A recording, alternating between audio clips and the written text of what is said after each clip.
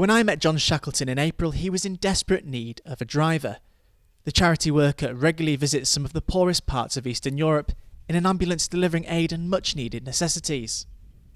His aim was to get to the Ukraine, where its people are suffering in the wake of the ongoing conflict, and just when it looked like John would have to cancel the trip completely, he eventually found a driver. I was getting really frustrated. We didn't have any response from any of the people that we'd been asking, and I was just talking to my neighbour, who's an IT man who works all over England, all over the world, and he tells me that his contract was finishing on the last day of April, and the trip was due to leave England on the 1st of May. So he just said, "I'll come with you," and it was as simple as that. I was almost at the stage of cancelling everything, and he said, "I'll come with you."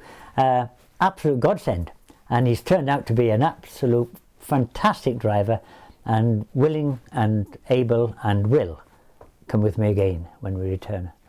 John's journey took him into Ivano-Frankivsk, where a charity has sprung up to help those who've been injured or those who now find themselves as refugees because of the situation in the east. There was a lady there. She was 29. Got to be careful, don't get emotional now.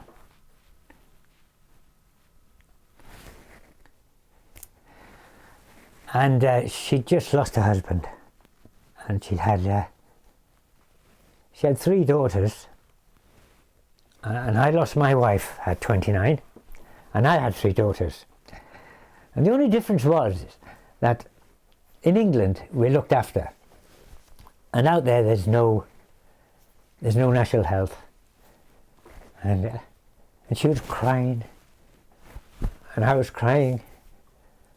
And to see people with their legs blown off, we were 1 day away from the front, and to see people with, legs blown off, shrapnel all over. Every town and village you go through, there's big photographs of the dead and the dying, and we're so sheltered in this country, and when you get close to it, and as I say, it's very, very sad.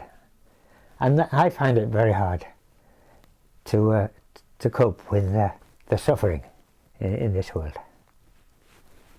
John's gift of an ambulance full of goods and medical supplies will benefit those who are badly affected by the circumstances many find themselves in, with John and his crew being greeted warmly. They took us for a lunch, and then they said, "We've informed the press."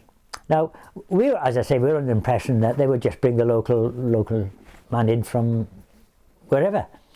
But there must have been 300 or 400 people. I've never had this before. There must have been 300 or 400 people there. And there were 3 of us, as you know. There's always 3 of us. One drives, one navigates, one sleeps. And they separated us. And then they asked me to open the ambulance, and they wanted to see what we were bringing. And they were filming the boots and all the technical stuff that we'd taken into them.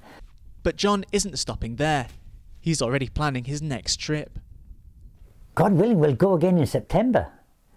If we don't make it in September, we'll definitely go again in next year. On the side of my ambulance, we will try again next year. And I've taken the word try off, and I've put go. We will go again. And I say, God willing, we will do. For On the Air, I'm Kielesz-Levine.